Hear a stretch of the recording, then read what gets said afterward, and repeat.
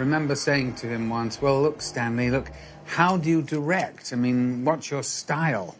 And he said, I really don't know. I never know what I want, but I do know what I don't want. I don't think I've really ever had that much fun on a job. I mean, I've worked with other great directors and certainly Lindsay Anderson, but actually the actual fun of doing the work, which was, of course, in the character of Alex, too. He was a wicked son of a bitch. But the great thing that I think Stanley and I had in common is a wicked sense of humor. It was my rabbit to help the prison Charlie with the Sunday service.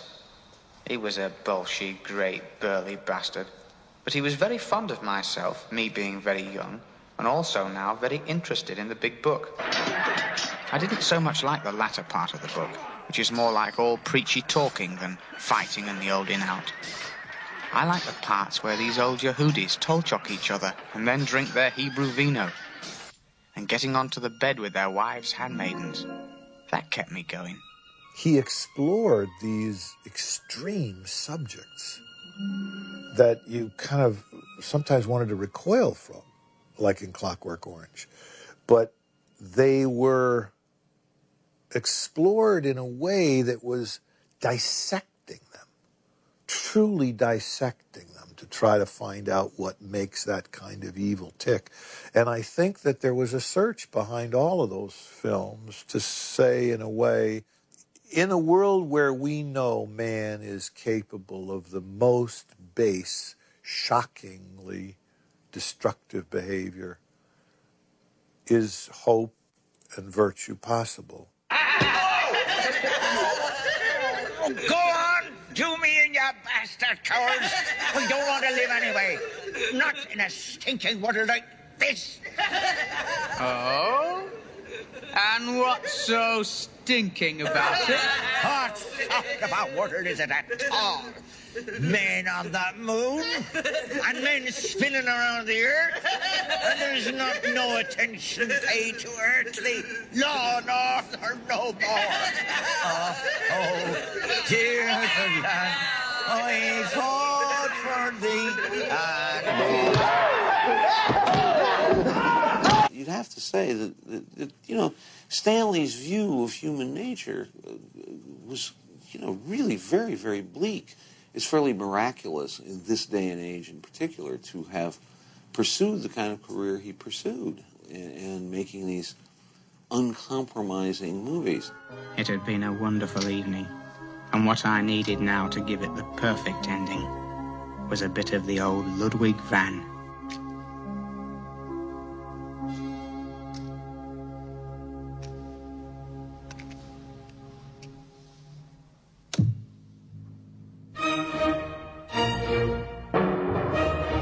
In a way, Kubrick's playing around, in the sense of the music, with what he'd done previously. Having taken like a real classical music score for his previous film, now he's saying, okay, well, we're going to have Beethoven, but we're also going to have the William Tell overture played 5 times too fast.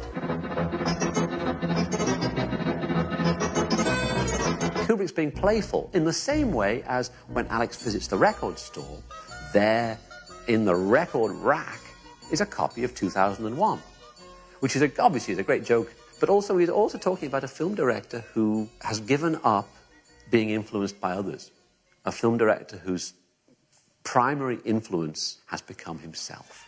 For now it was lovely music that came to my aid. There was a window open with a stereo on, and I viddied right at once what to do.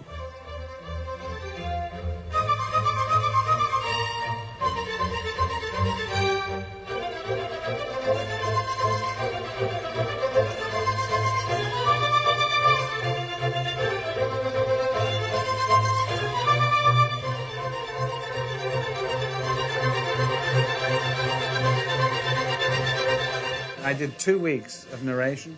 It was like the purest kind of filmmaking. You know, just a Sennheiser microphone and a Nagra, that's all he had. No operator, it was Stanley pushing the button. That was it. And it was highly, concentrated. So I'd say, well, I've got to stretch my legs, Stanley. He'd say, ping pong. He was always trying to beat me.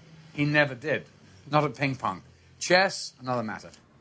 Anyway, so we'd have fun, we'd play, and we'd come back, we'd do another piece. The voiceover works very well. So about, I think, maybe 6 months later, my agent said, oh, by the way, Malcolm, you have 2 weeks of voiceover you haven't been paid for yet.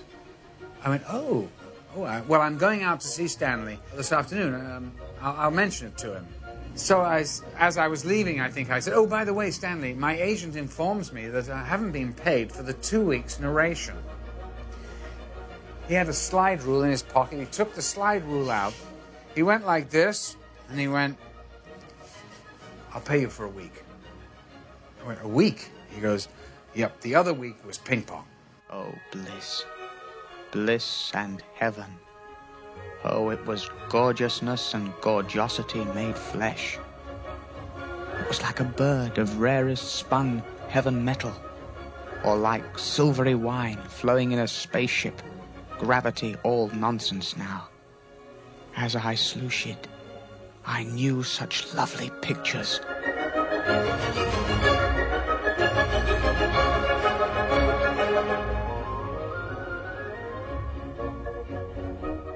Stanley and Malcolm McDowell got along like a house on fire. Stanley was very happy with the choice of Malcolm, and he delivered spectacularly well. We became very, very close.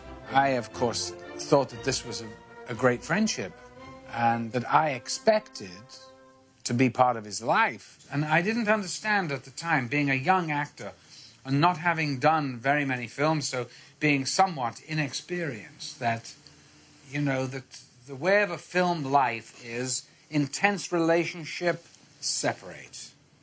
Intense relationship, separate. So I was expecting the relationship to carry on in some form, but he cut it like this. He didn't really want to know. It was over for him. I think the other thing is this. Some of the things that I said about him, which were perhaps unfair, maybe it was a cry out to say, Stanley, pick up the phone and call me. And, of course, he never did. I have arranged a little surprise for you. Surprise?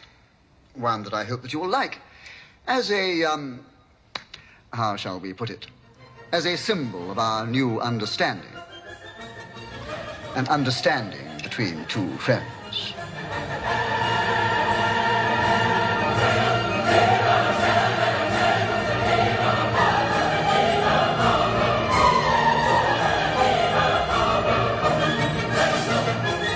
A Clockwork Orange dealt in part with media exploitation, but now real life imitated art.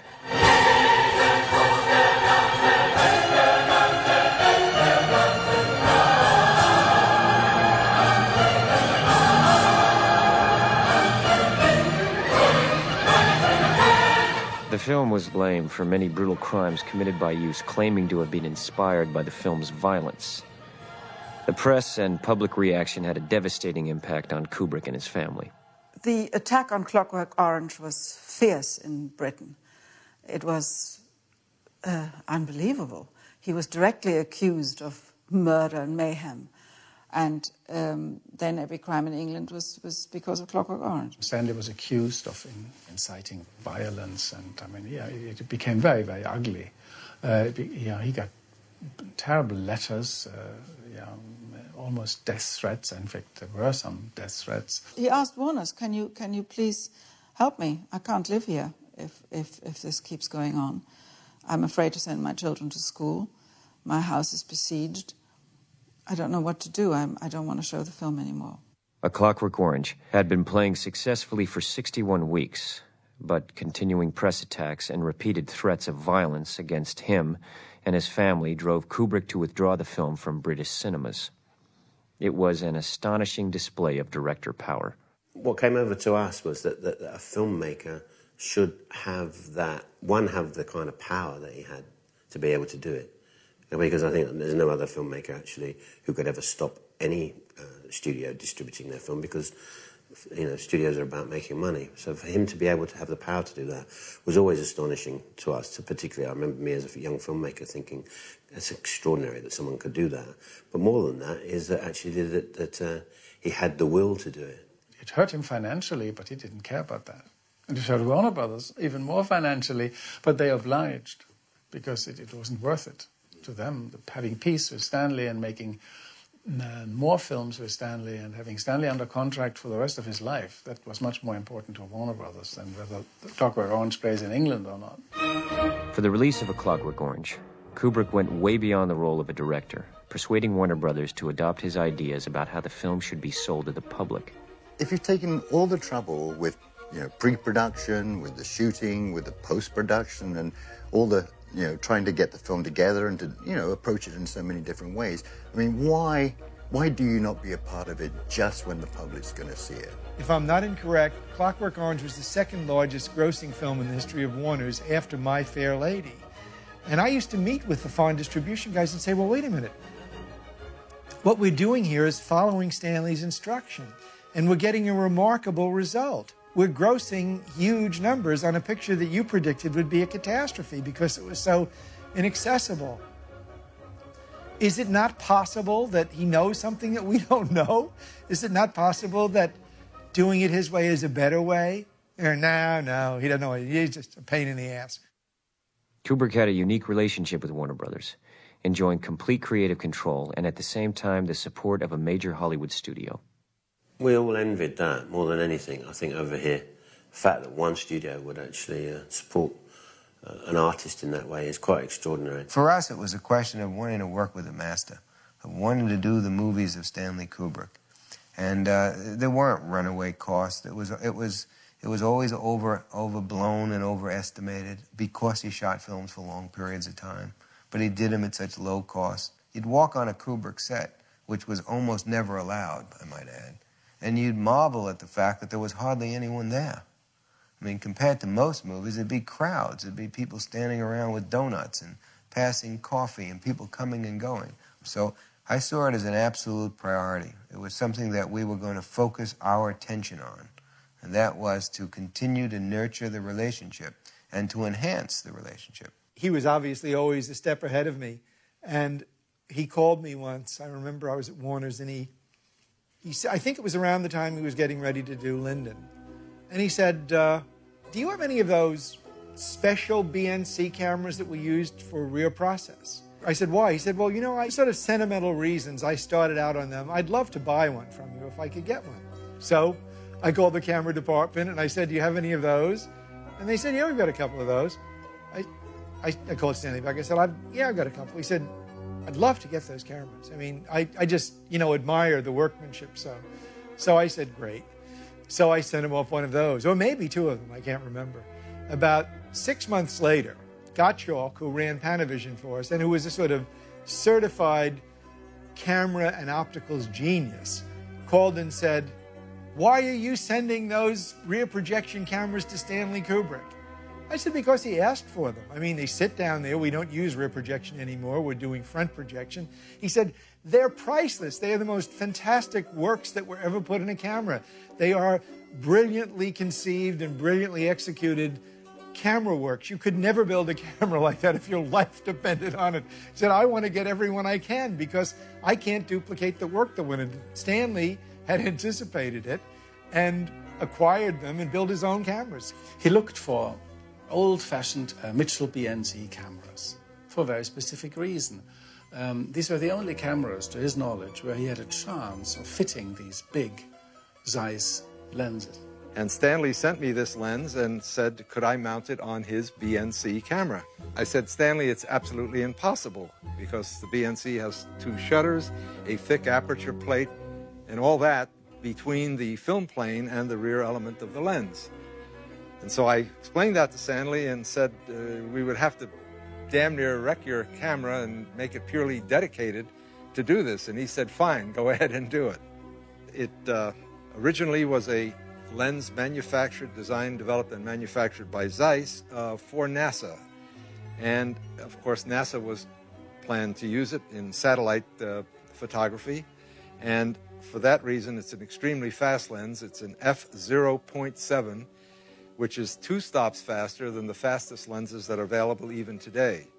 Of course, Stanley's intention for these lenses was to shoot the famous candlelit scenes in Barry Lyndon, and that being the case, He shot with the lenses wide open, f/0.7, and as a consequence of that, he had practically no depth of field at all. And it was quite a chore to do it, but of course, the images were absolutely gorgeous.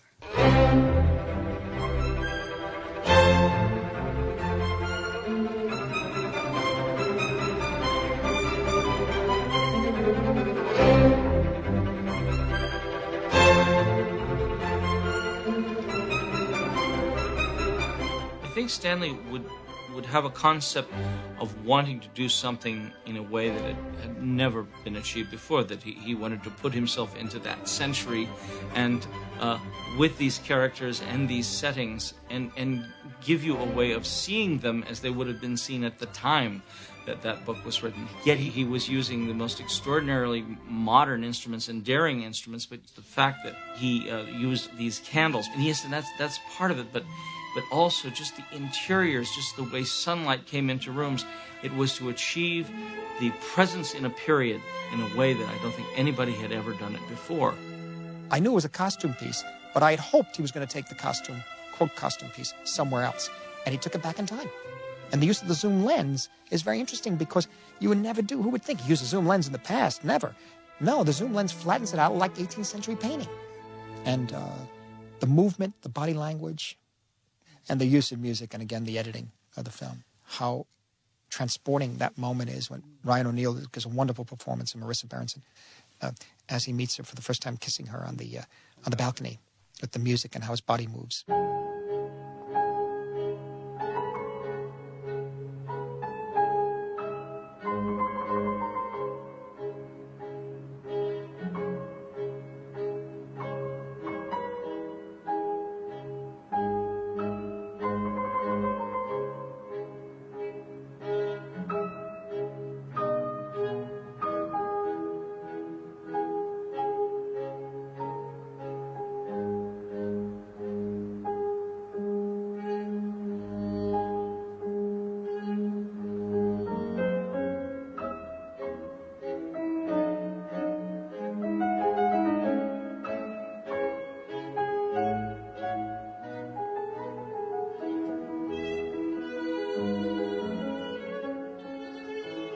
Stanley did not want the film to look like one of those traditional movies where period clothes look like wardrobes. He wanted the clothes to move, he wanted the clothes to have life, and he wanted to do something which was very reminiscent of certain painters of that period.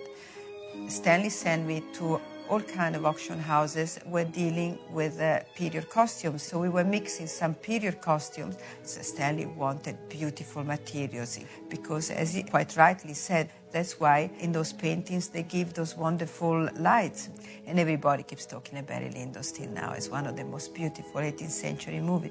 But it's because of the way he shot it, the way he pushed us to do our work. You know, as an artist, you very often instinctively design, you know, and to intellectually justify your creativity is very difficult. And I think the same applies to actors. Though he knew and respected, I'm sure, the actors, he would permutate their performances almost to breaking point.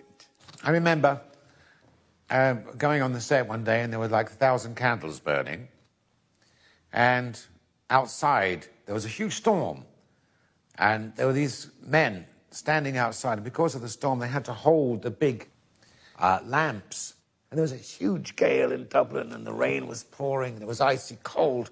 I thought, poor guys, hope they don't have to do it too long. And then the candles are burning down very gradually, and Stan is just sitting there with Hardy Kruger discussing the problem that Hardy had. And he's just saying, well, Hardy, I think we should do it, because, you know, Hardy Kruger, I think, was getting also in a state. So it was interesting, never getting flustered, never raising his voice. Well, he was wonderful working with actors because it was just one-to-one. You know, you had a relationship with the director. And if he was working in any detail on a role with an actor, well, you know, the others were there, sure. But it was just you and him. What is your call, Lord Willingdon? Heads.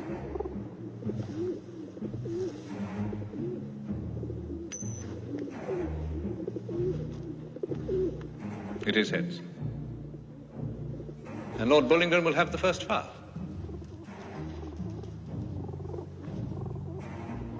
Lord Bullingdon, will you take your ground?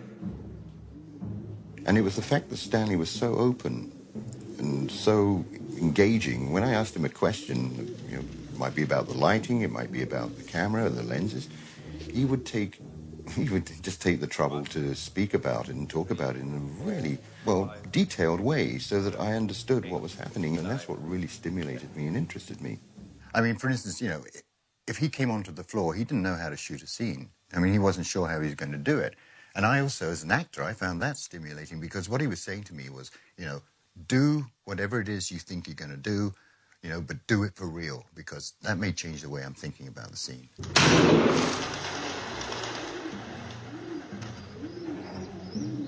Sir Richard, this pistol must be faulty. I must have another one. I'm sorry, Lord Bullingdon, but you must first stand your ground and allow Mr. Linden his turn to fire. I always felt Stanley was a filmmaker most appreciated by his fellow filmmakers. Critics were always looking for something that wasn't in the movie, and then they were disappointed. And I suppose, in a way, I think that's a little bit Stanley's fault. For example, Barry Lyndon. I mean, I think everybody was expecting a kind of raucous Tom Jones kind of a movie. And you realize, as you look at the movie, that it's really about this slightly dim, handsome boy trying to find the clues and the cues to what's the right behavior, what's the behavior that's going to advance me in this society. So it's a movie really about a young man defining himself in a climate that's foreign to him. And that's not at all what people were led to believe this movie was about. Barry Lyndon was released just as Hollywood entered the age of the blockbuster action movie. With a running time of nearly 3 hours, the film came in for heavy criticism and was labeled as tedious and boring by most critics in America and Britain. But in Europe, it was hailed as a film of breathtaking beauty. And remember, it won 4 Oscars. I mean, cinematography, production design, costume design, and the music. But I think, you know, Stanley was disappointed because, well, in the end, it wasn't a commercial success. He was very, very, very sad and disheartened that particularly smaller papers and smaller television stations did not at all appreciate the tremendous effort that went into these films and, you know, just simply dismissed it. Whatever movies Stanley made, what I love about his work is they are completely conscious. You may like them, you may not like them, you may say, well, what about this, that, or the other thing? But, you know, everybody pretty much acknowledges he's the man, and I still feel that underrates him. Kubrick's next project looked far more commercial. With Stephen King's best-selling novel, The Shining, he seized the chance to make a film that would both satisfy him artistically and meet the demands of the box office. I'm asking about The Shining, you know, it's such unusual. He says, well, in reality, this is an optimistic picture. And I said, on what basis, Stanley? And he said, as the existential, pragmatic man that he was, he said, well, in some way, this movie's about ghosts. Anything that says there's anything after death is an optimistic story. There are still images in The Shining that I wake up screaming about. That little boy in the hall and the tracking of the Steadicam. The little boy on the bicycle. Of the little boy. The sense of movement that gave that picture inside this very, very foreboding place.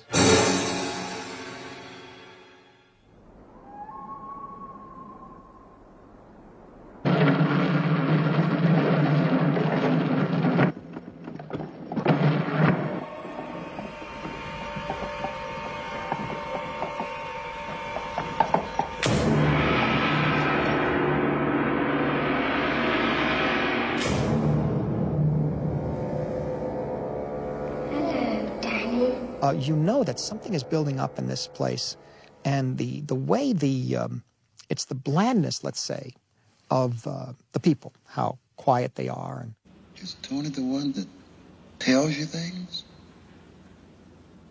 Yes.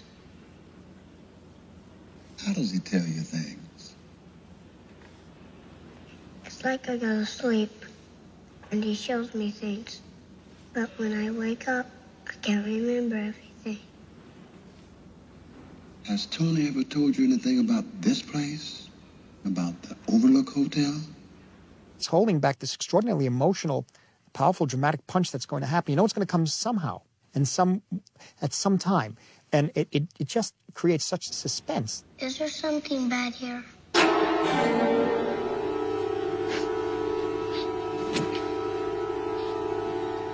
At first, I was taken aback by some of the performance. And then, after the third or fourth viewing, I understood the level of intensity what Nicholson was doing. I'm not sure that that is intended to be what a typical horror movie is, which is a realistic portrayal of supernatural spookiness. I think that what's going on in that movie is largely going on in Jack Nicholson's head.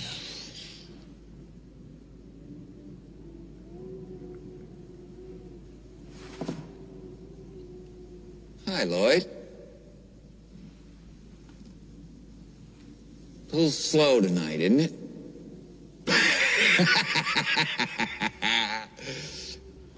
Yes, it is, Mr. Torrance. You know, I like the kind of film he makes. I don't need to be naturalistic in a film to feel satisfied as an actor. You know, one of the things he said to me that I've always remembered was in movies you don't try and photograph the reality. You try and photograph the photograph of the reality. And I knew it wouldn't be a performance about idiosyncratic behaviorism, but that it would be, I always thought of it as balletic in The Shining. Like another lesson was, here, Jack, the script says Jack is not writing. Well, the question is, what is he doing? And I said, well, you know, whenever I'm inside a big empty place that you normally wouldn't be alone in, I always think of doing things that I might do outside, and that's where throwing that tennis ball all during the picture, and you know, it wound up being a big part of staging. It rolls into things, it's thrown the length of hallways, you know, all of those kinds of things, and it's from those little things that he would develop sort of preconceived idiosyncrasy. You know, I mean, he always knew what he was going to get. He said often that every scene really has been done. Our job is always to do it just a little bit better. Mr. Grady, you were the caretaker here.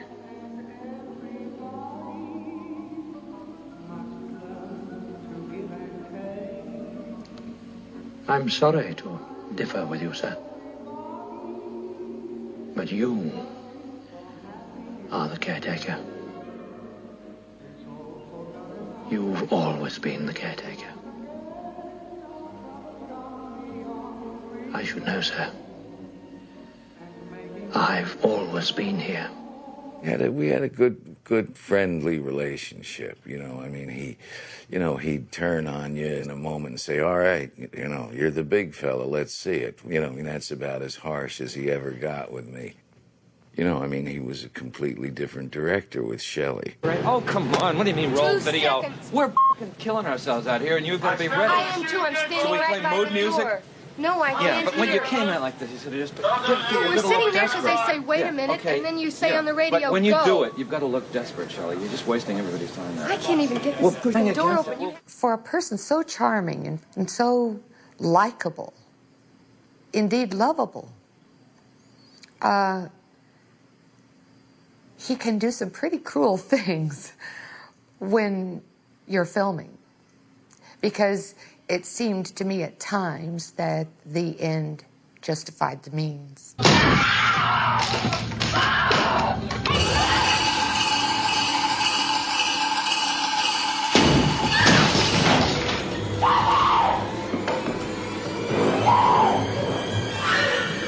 Here's Johnny. It was a very difficult role. It was a long shoot, and I had to cry and hyperventilate and carry a little boy and run, you know, for most of the time we shot. And that was about a year, a little over a year, and anywhere between 30 and 50 videotaped rehearsals before we even rolled film. I wouldn't trade the experience for anything. Why? Because of Stanley. And it was a fascinating learning experience. It was such intense work that I think it makes you smarter, but I wouldn't want to go through it again. We were working with the material that was in the book and trying to make music that fit the mood of a sort of updated Gothic horror story, which is what The Shining is, really, I mean, as a novel in any case. And, of course, the stylization that came out through the filming was not present in the book. And so we failed in our attempt, which is why there is a great deal of other music put into the movie. Danny, you win. Let's take the rest of this walking, huh? A lot of the music cues are combinations of some of Ligeti's music, some of Penderecki's music.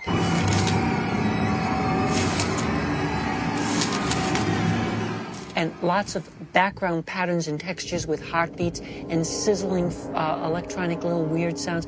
And those were all mixed together. That's how Stanley finally did what he was looking for.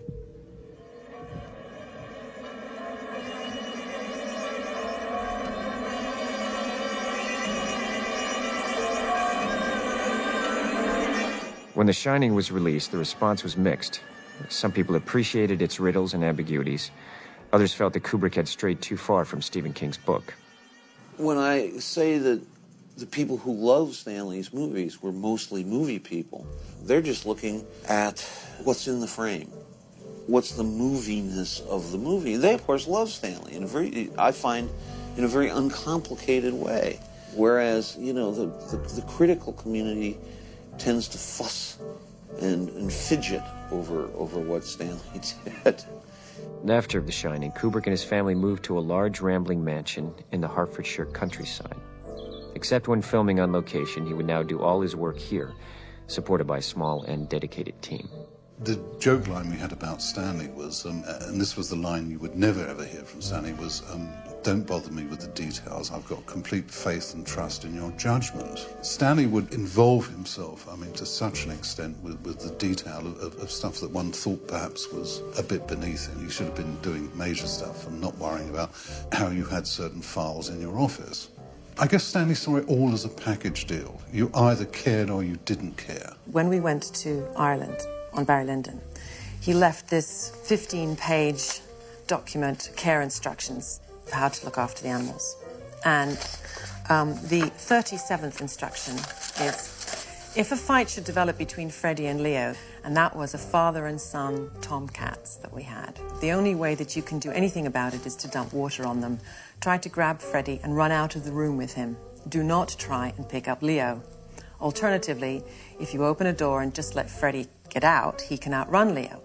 But if he's trapped in a place where you can't separate them, just keep dumping water, shouting, screaming, jumping up and down and distracting him, waving shirts, towels. Just try and get them apart and grab Freddie. I remember once he had a cat that was drinking excessively, and I said, well, perhaps you can measure how much that cat's drinking, Stanley. And he said, no, that's impossible. There are too many cats. And then he phoned back a couple of minutes later and he said, but I could count the number of laps. And he then said, now, how much does each lap take up in terms of water? I said, I don't think there's any information on that. He said, well, leave it with me. I'll try and find out. And he'd go off and he'd try and find out from somewhere, and then he'd work it out and we'd have a figure. You know, he was compulsive in that sort of way.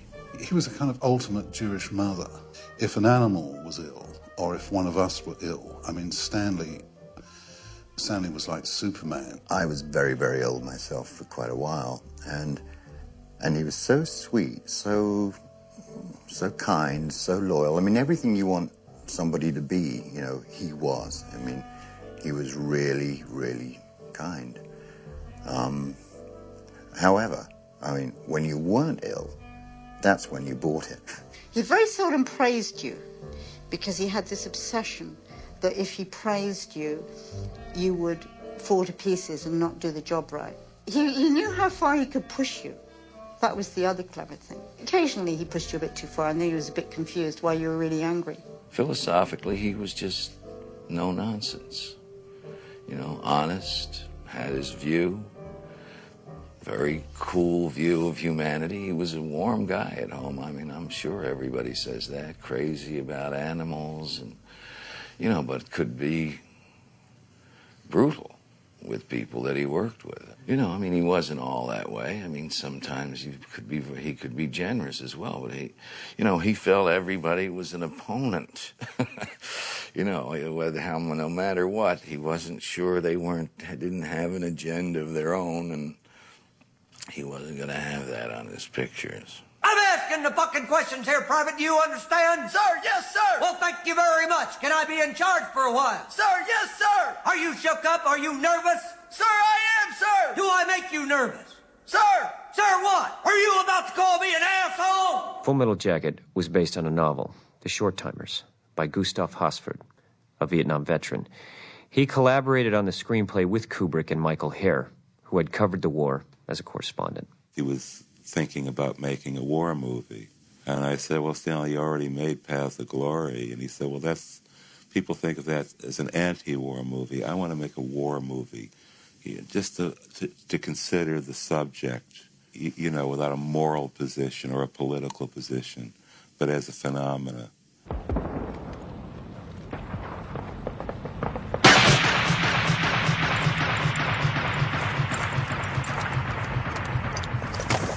Holy shit, that's And what he ended up doing in Full Metal Jacket, he had the detachment of the view. It's like a God's eye view of combat in the second half of the film. It seems to be so still and removed. The cleanliness of it, and the power of it. And the beauty of it, because it was also beautifully filmed. And he understood that it was accepted, that it was quite okay to acknowledge that among all the things that war is, it's also very beautiful. It's the only film that's ever done that, to give you a real idea of what it's like, and also what the kids have got to go through, and how important a drill sergeant is. Oh, that's right, Private Pyle. Don't make any fucking effort to get up to the top of the fucking obstacle. If God wanted you up there, he would have miracled your ass up there by now, wouldn't he? Say it, sir! Get your fat ass up there, Pyle! And also the nature of the tragedy of it. What is your major malfunction, numbnuts? Didn't Mommy and Daddy show you enough attention when you were a child?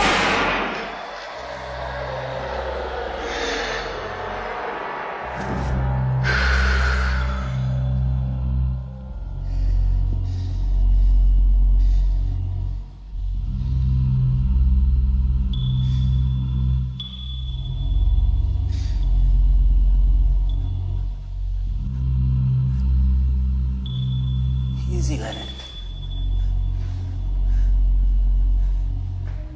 Go easy, man.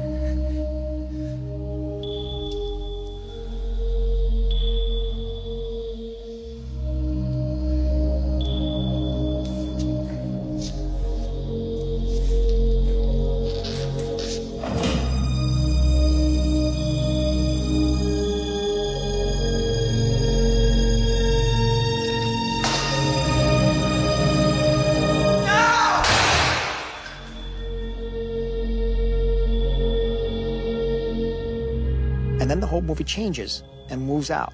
And it was interesting, too, about Kubrick, is that the structure is all. He doesn't deal with traditional dramatic structure, which is good. He was experimenting.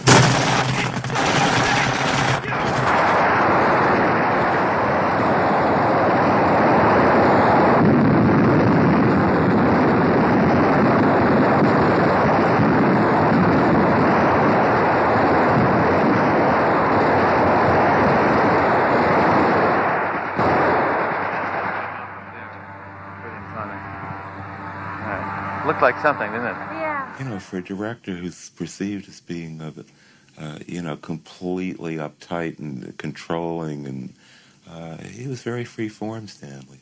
He'd try anything. He'd ask the actors in for long meetings and say there's no such thing as a stupid idea in this context.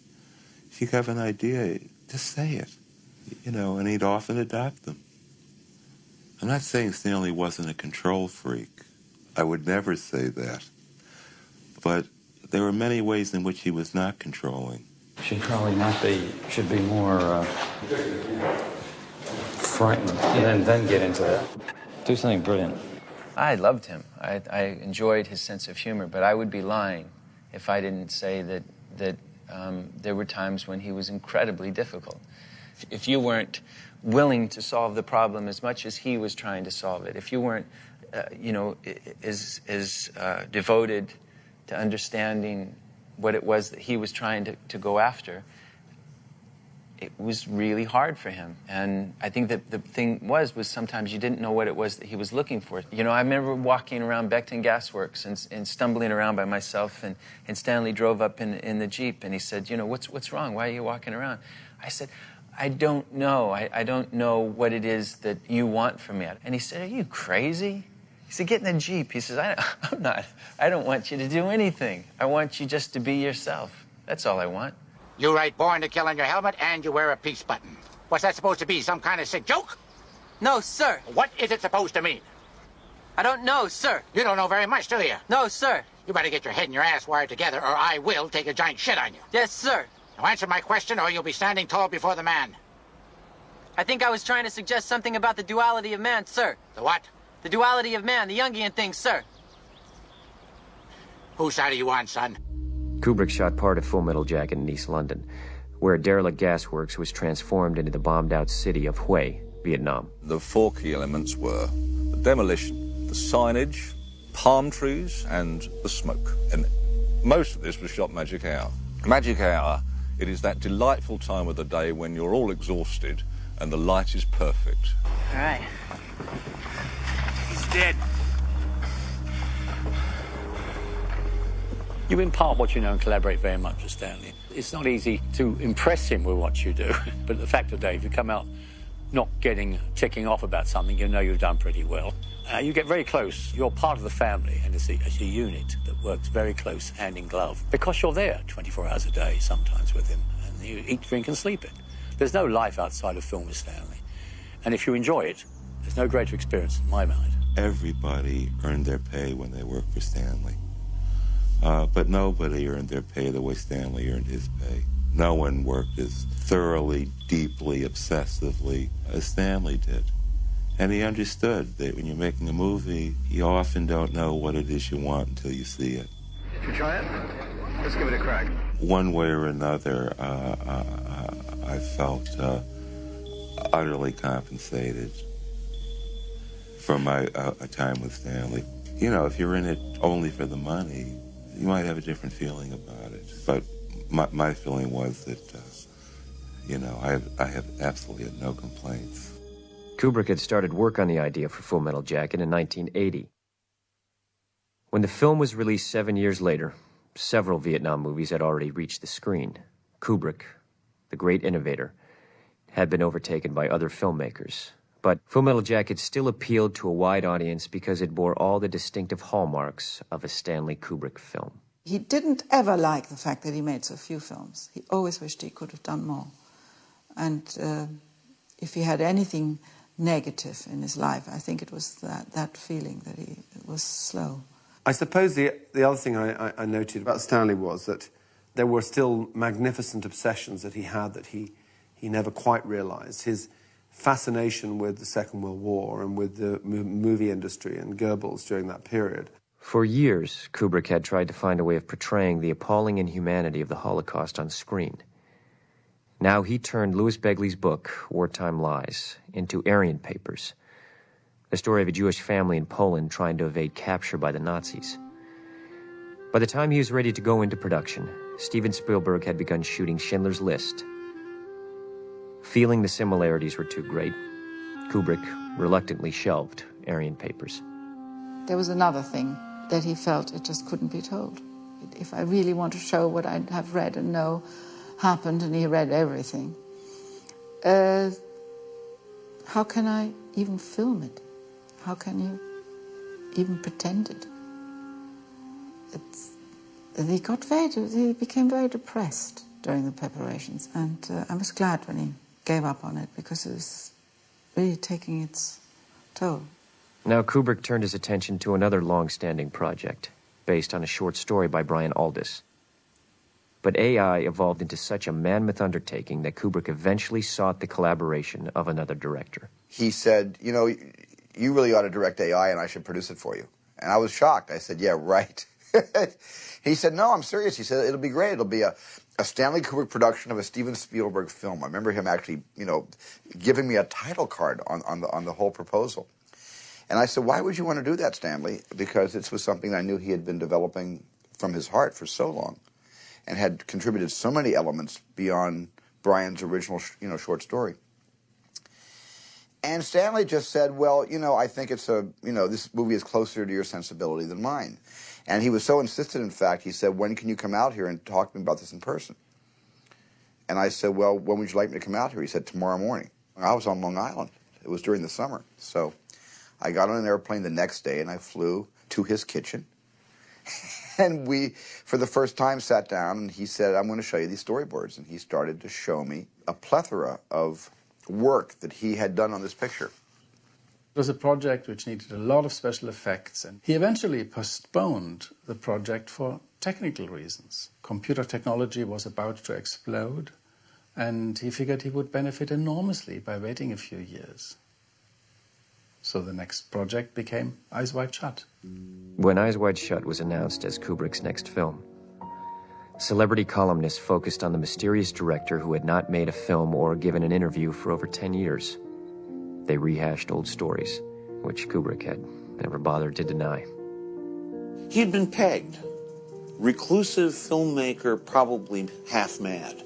For a man to whom I think control was everything, the notion that he could not, in the last analysis, control this image that had grown up about who he was, it must have brought him to a sort of a kind of despair, and it's sort of like, oh, the hell with it. You know, if that's what they want to think, that's what they'll think, and I can't do anything about it. He dealt with it the way he had to deal with it.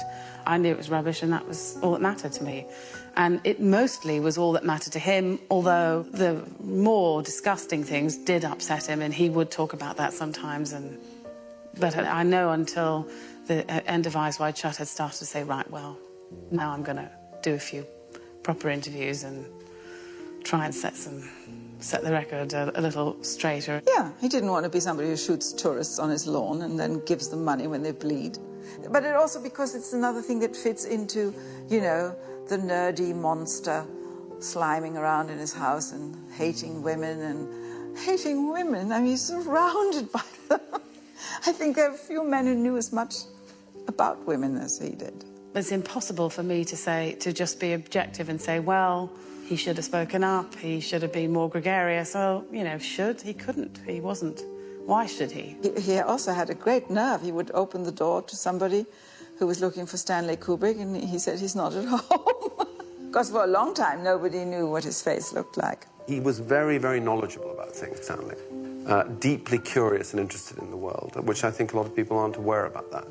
They think for someone so obsessive and so committed to what he does, but the rest of the world might pass him by. But of course, as we all know, he funneled the world into his life, into his kitchen. Well, here was a man who set up his life so that he was warmed constantly by his family and by his circle of friends, who worked in a situation where he was a matter of minutes from the place that he worked. You know, who among us would be anything but envious of the way he's managed to set up his life?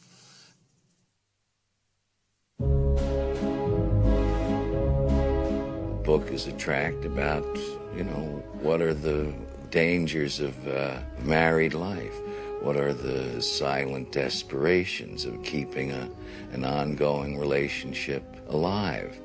And what are the choices? You know, you're either in that or you're not in that. And Stanley was very, very much a family man and in it.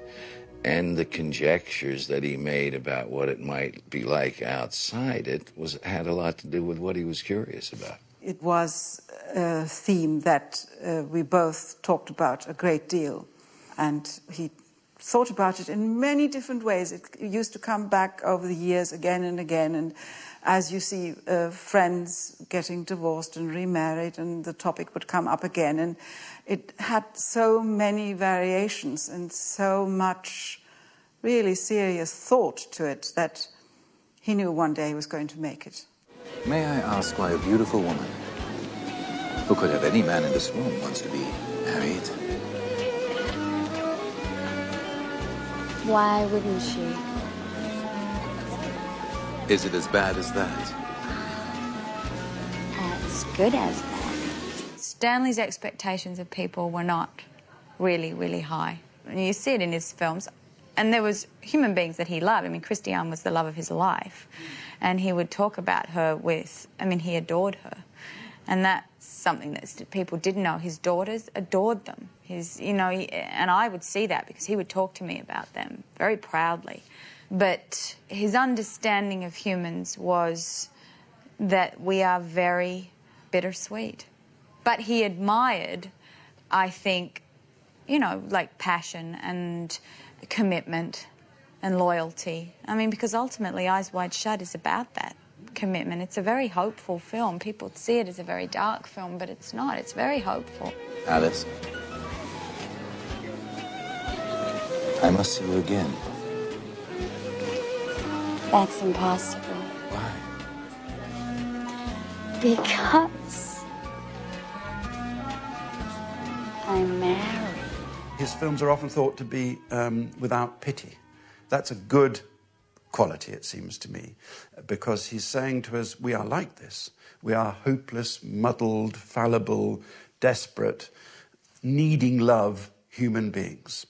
And in the end, I think that's what is the central quality of his films. He tells us about human beings as we are, not as we'd like to imagine that we are. The heart of it was illustrating a truth about relationships and sexuality, but it was not illustrated in a literal way, but in a theatrical way. People said, well, the streets don't look like New York. I said, well, in a way, I said, it doesn't matter. Look at the name of the street. I said, no such street exists in New York.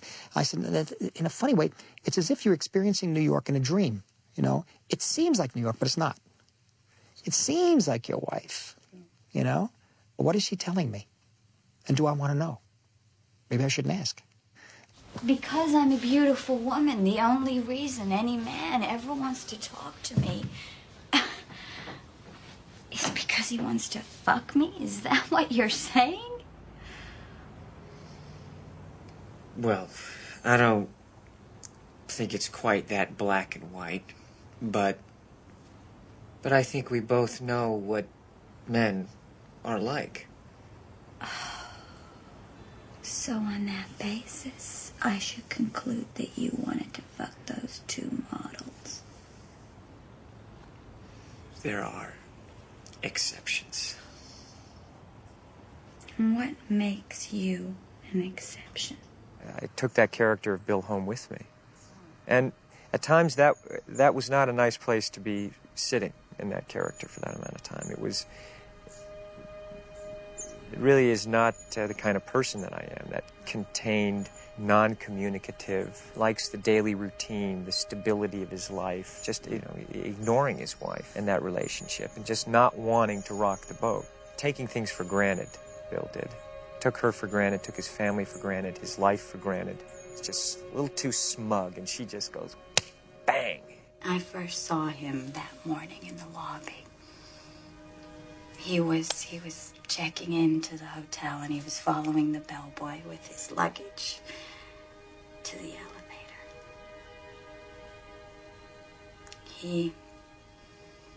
He glanced at me as he walked past, just a glance. Nothing more.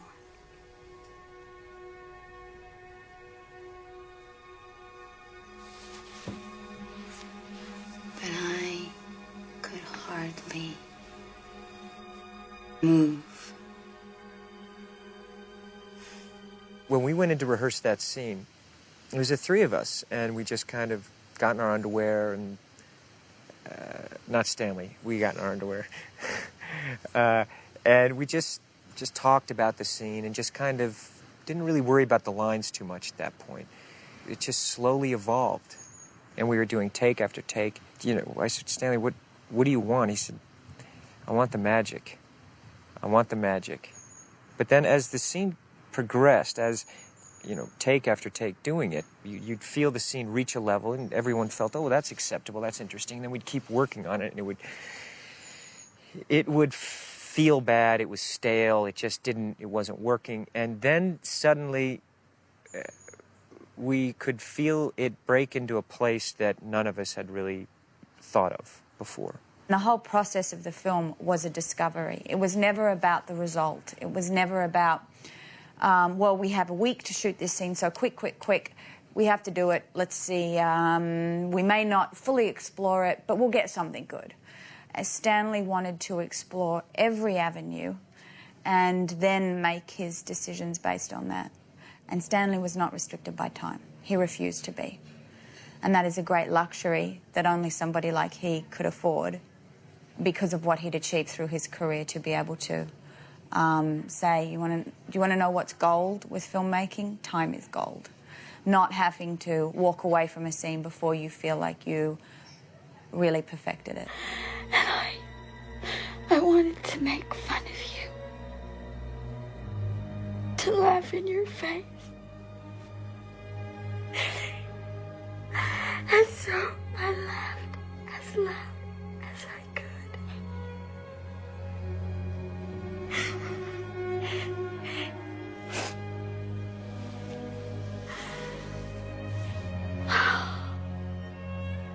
And that must have been when you woke me up.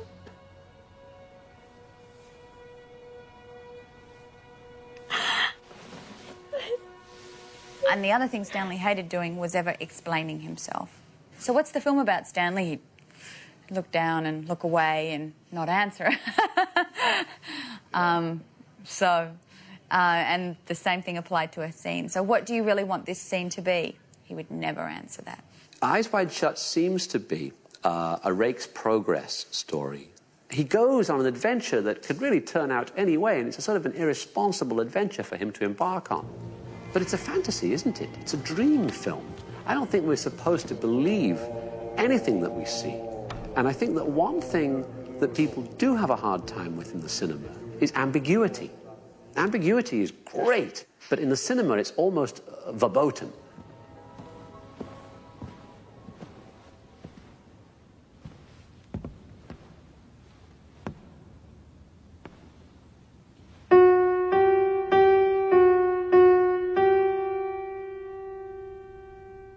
In a way, perhaps the most extraordinary example of how a piece of music is used to drive home something about character and story and atmosphere of a film is in Eyes Wide Shut.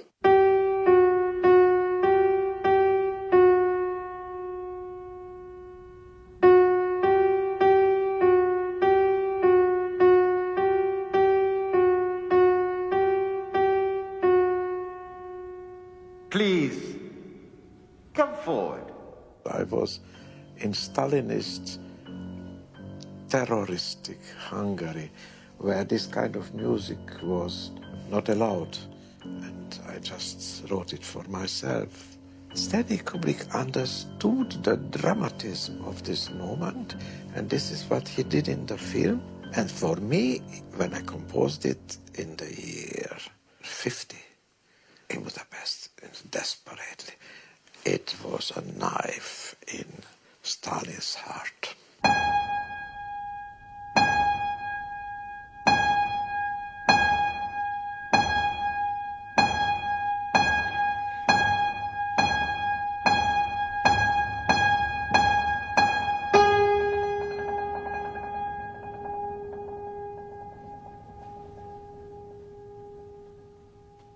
He had that director's disease of really imagining the easy part of it until you get there, you know. I'm sure he did not go into Eyes Wide Shut expecting to shoot for 14 months.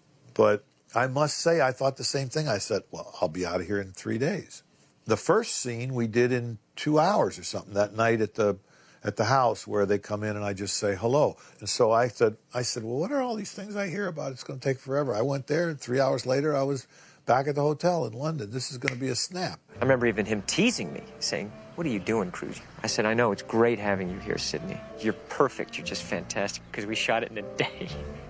And then, of course, the next day, Sidney comes out, and he's dressed.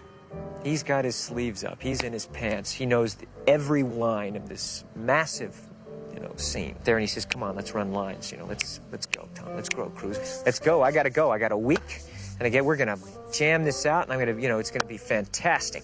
And we're doing the Steadicam shot of me coming into the room, And so Sidney goes, "Look, all right, how do you want me to do this?" And Stanley said, "Well, I don't know, let's try it and see." He says, "Well, I can go to the door fast." "Okay, well, let's see what that's like." He says, "Okay, now open the door." And then he says, "Well, maybe that's a little too fast." "Okay, I can go slower. I can go slower." So we start doing the scene this way. By the third week, when we're in the billiard room, I'm saying, "My God, how? Of course, Stanley said, "Well, Sidney, I didn't think it would be much longer than that, but don't you want to get it right?" I tell you, there are a lot of people in our business who are, they label themselves perfectionists. That's a kind of a euphemism for a pain in the ass, really. Stanley was the first real perfectionist that I met. There just wasn't any way for him to go one take less, or he never gave an inch on anything. So much was expected of him every time. He wasn't allowed just to make a movie. It had to be an amazing movie, because so many of us actually were waiting for the next Stanley Kubrick film. There had to be an event.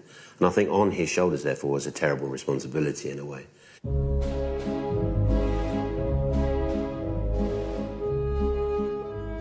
When Eyes Wide Shut was finally shown for the very first time in New York on March 1st, 1999, to Tom and Nicole and the heads of the studio, the response was very enthusiastic. Stanley was very, very happy, and a great heavy weight was lifted from his shoulders. I think this change of his being caused almost a physical change in his body, because he had lived with this enormous responsibility for a very expensive film, which was long in the shooting for a long time, for 2 years, and suddenly it was all gone. He died a week later.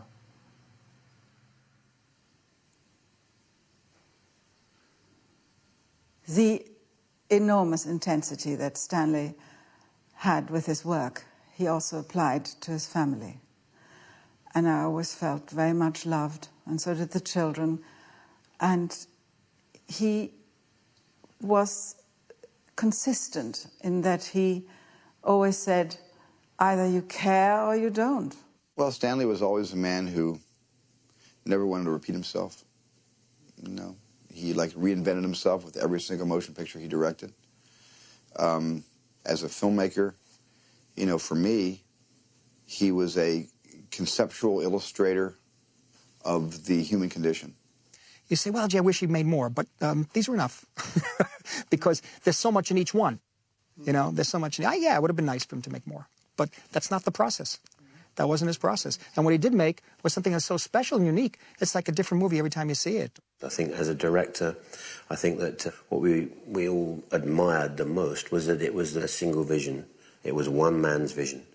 And no one interfered with that vision, and the complete control that he had in the making of his films, that meant that whatever it had in the back of his head was up there on the screen. And I know that he struggled a lot to get to that place.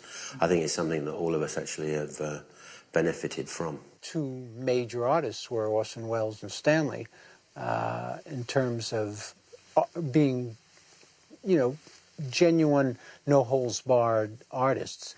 So I would put him in the pantheon of the absolute top film directors that the world has seen. And was one of the people that sort of knew what was wrong with the world in a weird way and was able to turn that into art. He just didn't grouse about it or bitch or write lousy editorials.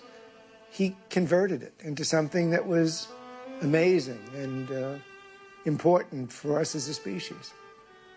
I always thought I'd work with Stanley again. You know, we kept in touch over the years and everything and talked about other projects. And it's a sad thing that I won't have that great opportunity. I miss him. How could one not miss him? He was a man who is completely unique. He's a man I loved and admired, with all the difficulties he had with him. He was not an easy person. It didn't matter. I mean, you know, obviously I worked with him for 30 years for good reasons. Stanley is gone. There's never going to be another Kubrick film. You will never have a film that will look like this ever again, because it is Stanley. And he pushed everyone to the limit. He pushed the film to the limit. He pushed, you know, the actors emotionally, but because we all wanted to go there with him.